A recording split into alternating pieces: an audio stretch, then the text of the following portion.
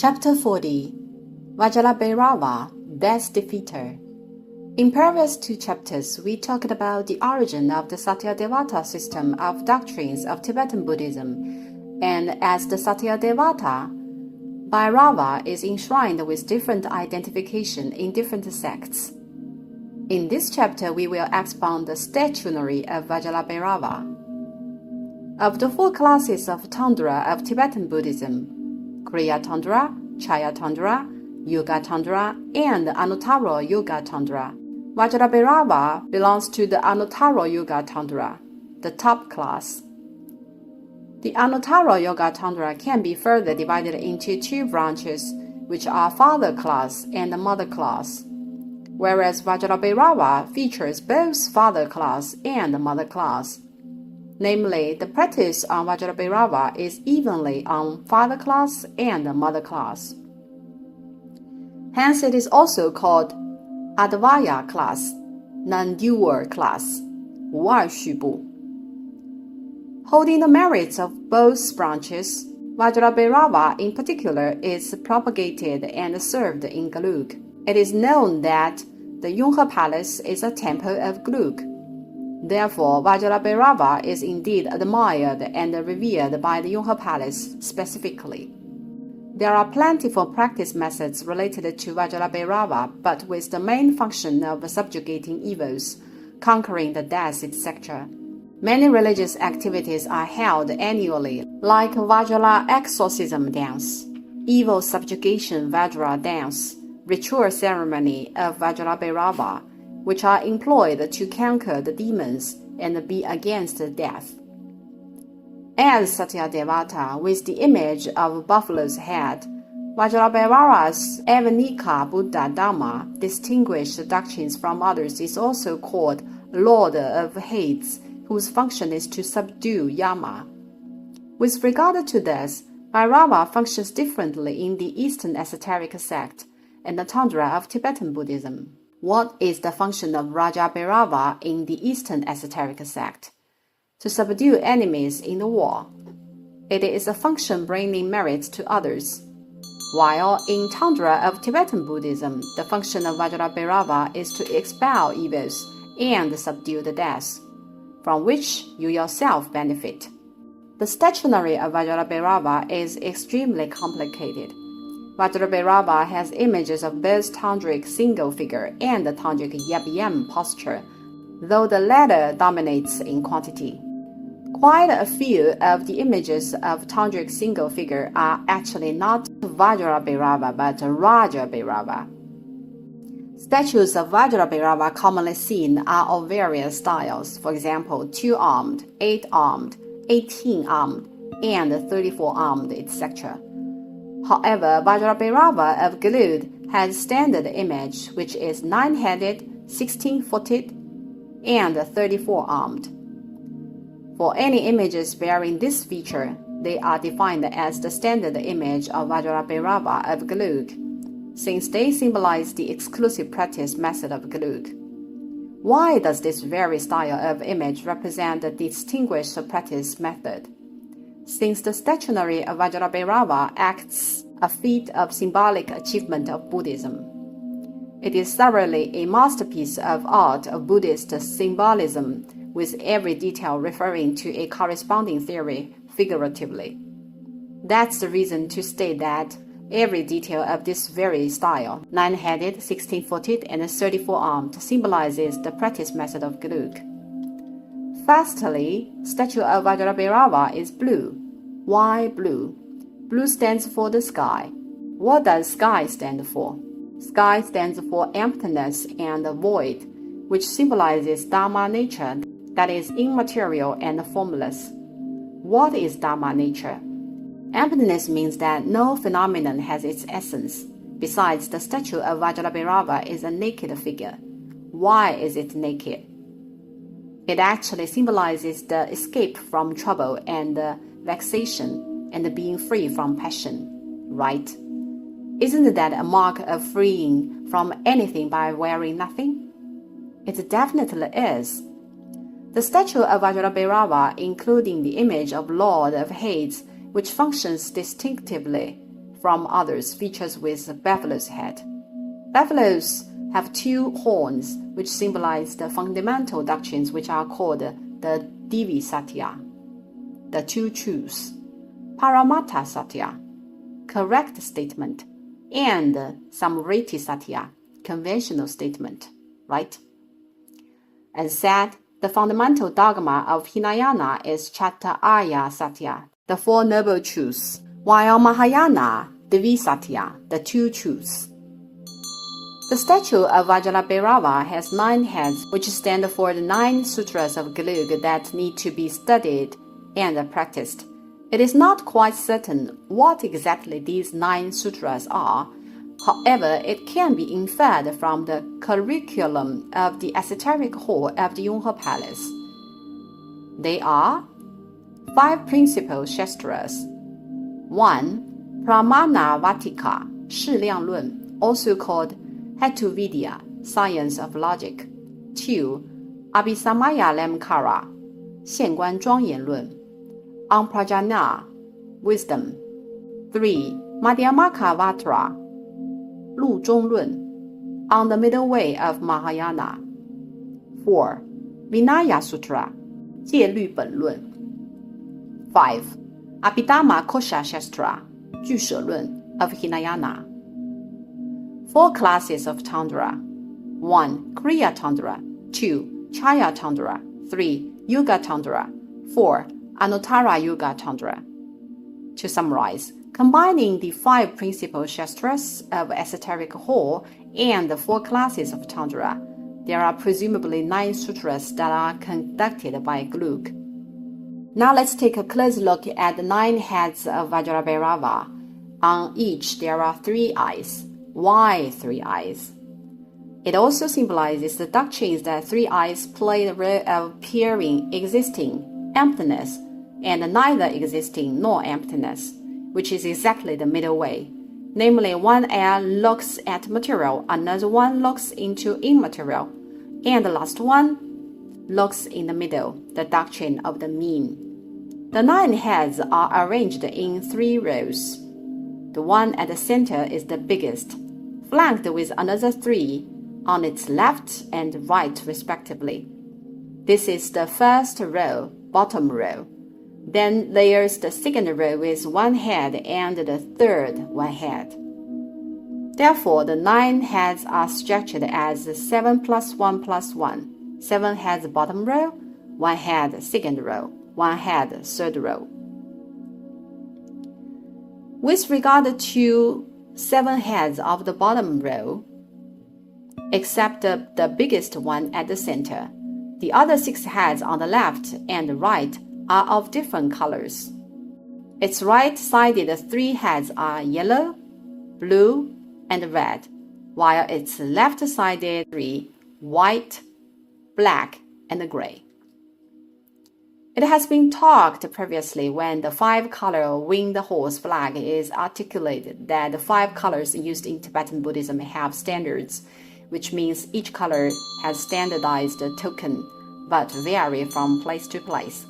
For instance, the tokens vary across the 5-color winged horse, tankas, and stationery. Now let's articulate each of the heads. The right-sided 3 ones, yellow, blue, and red. Though the color of the entire body is blue, which symbolizes shunya, emptiness, things do not exist in reality. The blue of the right-sided heads does not follow this rule, as it stands for wrath. Yellow stands for mercy and sympathy. Red stands for boldness and resolve. Then come the left-sided 3 heads. White stands for evil spirits. Black, disasters. They also abide by the standards in Buddhist stationery.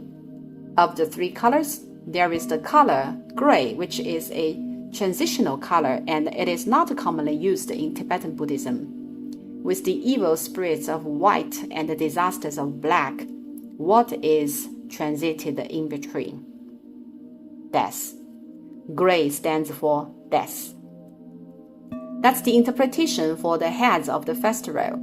There is 1 head in the second row. It stands for the wrathful Raja manifestation, namely the wheel body of injunction and teach. The head of the Sudra is the wheel body of true doctrine, which is the serene manifestation of Manjushri. That's all for the doctrine's implications of the three rows of heads. The statue has 34 arms. It's been talked that the practice of Tibetan Buddhism is the union of the three mysteries, body, mouth, and mind, to Buddha. Hence, the 34 arms plus the three mysteries equals 37. 37 exactly refers to Buddhipashika Dhamma, the 37 conditions leading to Buddhi, which is frequently mentioned during the practice of Buddhism. He or she who is not familiar with Buddhism would have little acquaintance about the term. The 37 conditions refer to 1. The 4 foundations of mindfulness, 四念住. 2. The 4 perfect efforts, 四正勤. 3. The 4 roads to power, 四神足. 4. The 5 roots, 五根. 5. The 5 powers, 五力. 6. The 7 factors of enlightenment, 七觉支. 7. The 8-fold paths, 八正道. To put it in a plain way, it is a systematic practice method indicating the assembled steps on starting, phase, process, and ultimate attainment to attain Buddhahood. In other words, each step or stage you would experience to the enlightenment is the 37 conditions. Hence, the combination of the 34 arms and the 3 mysteries symbolizes the 37 conditions leading to Buddhi. Quite marvelous, isn't it? These 34 arms, namely 34 hands, hold different ritual implements, which figuratively refer to different things. We will not interpret here, but overall the ritual implements in Tibetan Buddhism symbolize similarly. Vajra tomahawk, heavenly staff, the wheel of Dharma, and the Vajra are some common items holding fixed meaning. What is worthwhile to elucidate is the 16 legs, which stand for the 16 kinds of emptiness. What on earth is the definition of the 16 kind of emptiness? Bearing the concept of one single term, emptiness, in mind. The nature of the emptiness or void refers to the phenomena that all things are produced by direct and secondary causes, and so they have no reality, right? Listing all things would form the 16 angles of void. The term of nature of void, sunyata, 空性, is the fundamental standpoint of Madhyamaka of Mahayana Buddhism. In Tibetan Buddhism, the corresponding sect is called Madhyamaka Prasangika. To put it simply, Madhyamaka Prasangika would spare no effort to unfold, specify, and explicate the symbol term nature of the void from a variety of angles. It is said, according to Madhyamaka Shastra, the doctrine of the mean, 中论, if there is being, there is non-being. There is no being. How does non-being come into being? Thus, non-being cannot be being, nor can being. 若有不空法，则应有空法；实无不空法，何得有空法？空则不可说，非空不可说。Then someone would ask, are you going to say or not anyway? It replies, yes, but under the names of unreal names. This brilliantly rhythmed paragraph is actually of dialectual materialism.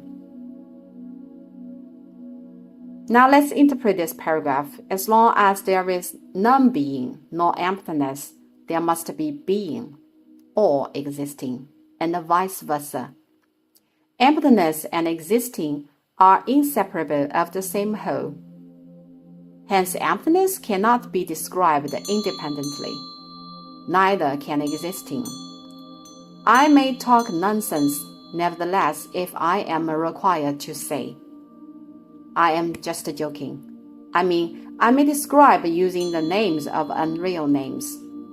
Emptiness can be deconstructed in plentiful ways, which means all things are empty of nature, can be expanded and unfolded. For example, 6 kinds of emptiness, 8 kinds, 16 kinds, 18 kinds, 20 kinds, 100 kinds, and so forth.